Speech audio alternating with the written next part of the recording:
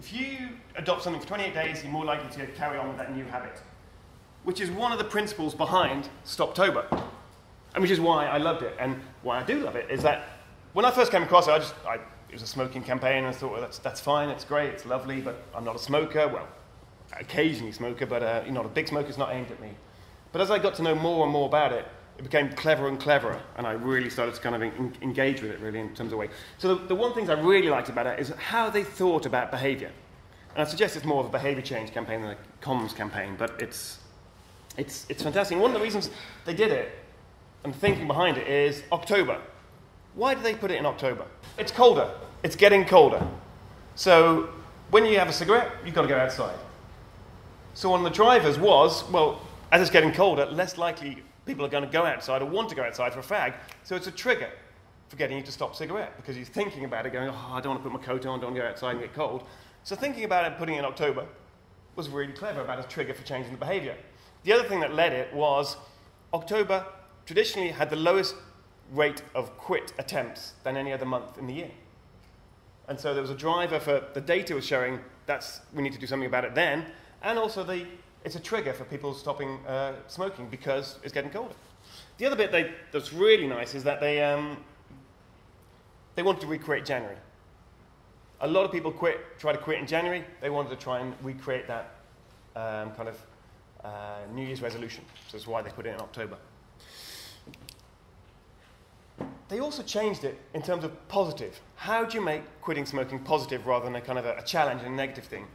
And one of the things they did was, it's too hard to quit for good. People didn't believe they could quit for good, but try and quit for a month. You quit for a month, you're 5 times more likely to quit for good. So the thinking behind, oh, I can't quit forever, I've tried before, just quit it for a month, and you're more likely to continue to be successful. The other bit they did was it was a challenge. So again, it wasn't about quitting for good, it was a challenge. We're setting you a challenge to do it for a month. And there's a whole kind of involvement of kind of getting everybody involved with that social norm and competing in that challenge. So it's reframing the way you can set up a quit smoking campaign. Even better, which I like even better, was the positive message they gave to people as they signed up for Stoptober. So the ongoing kind of motivation and incentive they gave people who signed up for the email or the text was, day 5, your sense of smell is starting to come back. Day 10, you can start to taste more sweet things. And so those little kind of ongoing messages about the benefits you get from stop smoking and quitting smoking kind of reinforced kind of people's belief that they could do it, and also the benefits they were getting from doing it. It wasn't just communications approach. This is kind of from the Social Marketing Centre, the organisation I work for, which is about behaviour change and using marketing for behaviour change. And we suggest there's 4 levers you use for behaviour change. And as well as the information and education, which you mainly use for communications, you also need to provide the support, which people got through the social media, from friends, from other people taking part in Stoptober, through the ongoing messages, through the quick kits, design of the products or your environment, and your control. And the control bit was about doing it now.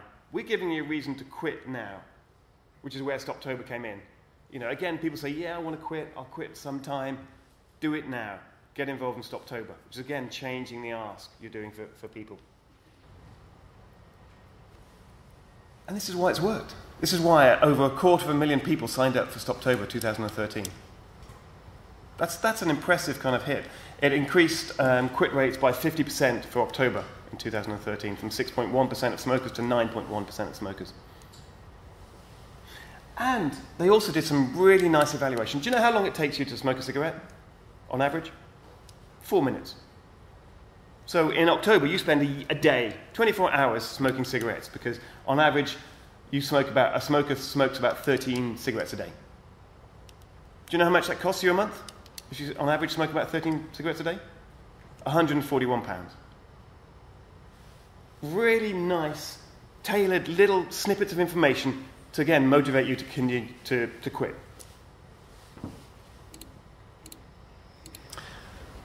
And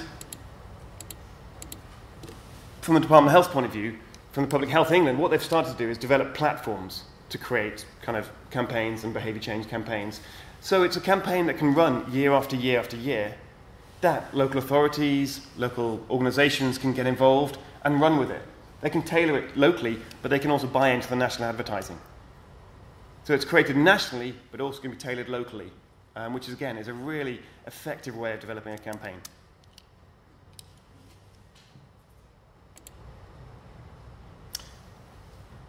I'm not going into the digital media side of things, because I've got 7 minutes, of which I've used, I think it's 5.3, so I shall skip over the digital media side of things, but that's where the support came from, in terms of supporting each other through Stoptober. And this is where they're moving. Year 1, they created it. Year 2, they've upscaled it. And year 3, they're now tailoring and adding new twists, new elements for Stoptober, which sadly I spoke to Public Health England and I cannot talk about the new twist. So there's a little kind of cinema trailer for you, coming soon.